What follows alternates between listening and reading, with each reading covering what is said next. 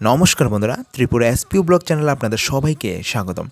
তো বন্ধুরা, আজকে ফরেস্ট অ্যান্ড ফরেস্ট গার্ডের সিলেবাস অনুযায়ী আজকে বন ও বন্যপ্রাণী নিয়ে ভারত ও বিশ্ব থেকে কিছু প্রশ্ন উত্তর নিয়ে হাজির হলাম।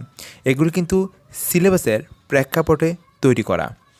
এখানে প্রথম টপিক রয়েছে আন্তর্জাতিক প্রেক্ষাপট ও সাধারণ পরিবেশ বিজ্ঞান নিয়ে। তো প্রথম প্রশ্ন রয়েছে, বিশ্ব পরিবেশ দিবস কবে পালিত হয়? উত্তর 5 জুন। 2 নম্বর প্রশ্ন, পৃথিবী দিবস কবে পালিত হয়?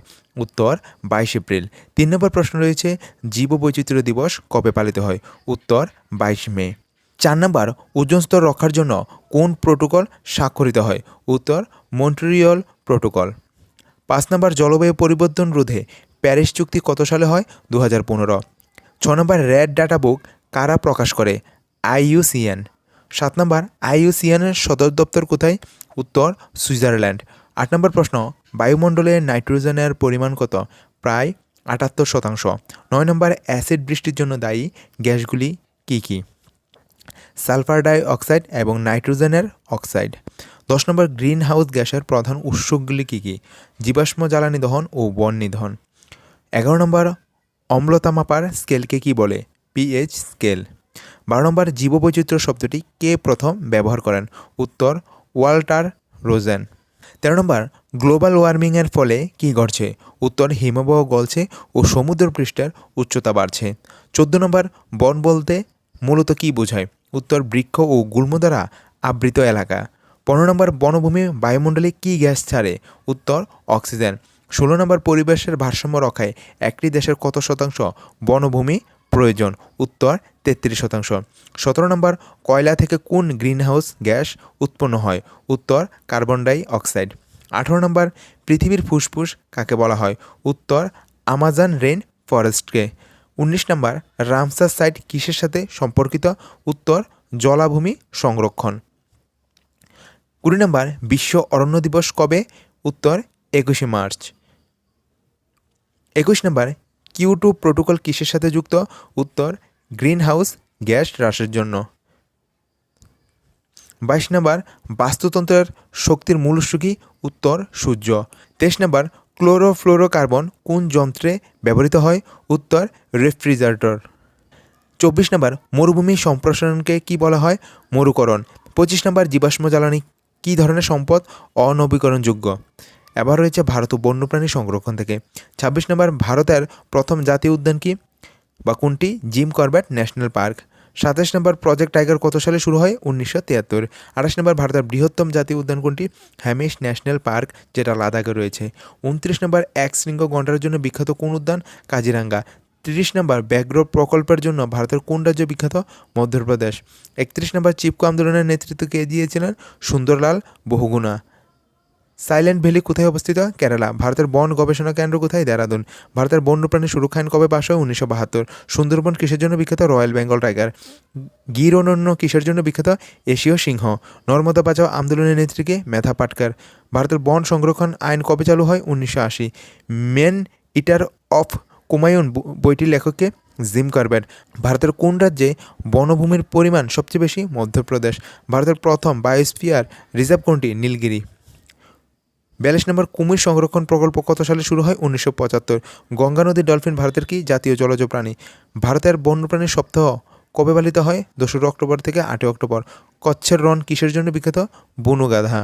ভারতের কোন রাজ্যে সিংহ পাওয়া যায়? গুজরাট। ভারতের কোন জাতীয় উদ্যান ভাসমান? কেইবুল লামজা, যেটা মণিপুরে রয়েছে। 48 নম্বর, গ্রিন বেঞ্চ কিসের সাথে যুক্ত? পরিবেশের মামলা। ভারতের কোন বৃক্ষকে প্রকৃতির ঝাড়ুদার বলা হয়? বট। হাতি সংরক্ষণ প্রকল্প কবে শুরু হয়? 1992। মরু অঞ্চলের গাছকে কি বলা হয়? জেরোফাইট। বাস্তু সংস্থানের প্রধান উৎপাদক কারা? উদ্ভিদ। খাদ্য শৃঙ্খলে বাঘ কোন স্তরের খাদক? তৃতীয় বা সর্বোচ্চ। বিলুপ্ত প্রায় প্রাণী সংরক্ষণকে কি বলে? এক্সোসিটু সংরক্ষণ। ন্যাশনাল বোর্ড অফ ওয়াইল্ড লাইফের চেয়ারম্যানকে? প্রধানমন্ত্রী। বনের মাটি ধস রোধে বড় ভূমিকা কার? গাছের শিকড়ের। ভারতের কোন জাতীয় উদ্যানে হংগুল হরিণ পাওয়া যায়? দাচিগ্রাম। কোন প্রাণীটি ভারতের পুরোপুরি বিলুপ্ত? চিতা। জলজ বাস্তু সংস্থানের প্রধান উৎস কি? ফাইটোপ্ল্যাঙ্কটন। বন্যপ্রাণীর সপ্তাহ পালনের উদ্দেশ্য কি? সচেতনতা বৃদ্ধি। শ্যাওলা ও ছত্রাকের মিথুজীবী রূপ কি? লাইকেন। কোন গ্যাসটিকে ভবিষ্যতে জ্বালানি বলা হয়? হাইড্রোজেন। ভারতের কোন অভয়ারণ্য স্নো লেপার্ড পাওয়া যায়? হেমিশ। শিমলিপাল জাতীয় উদ্যান কোথায়? উড়িষ্যা। কাজিরাঙ্গা অভয়ারণ্য কোন জেলায়? আসামের গোলাঘাট ও Nagaon. Sundarbans UNESCO world heritage site হয়েছে কবে? 1987। পরিবেশ দূষণ রোধে সবচেয়ে কার্যকর কোনটি গাছ লাগানো?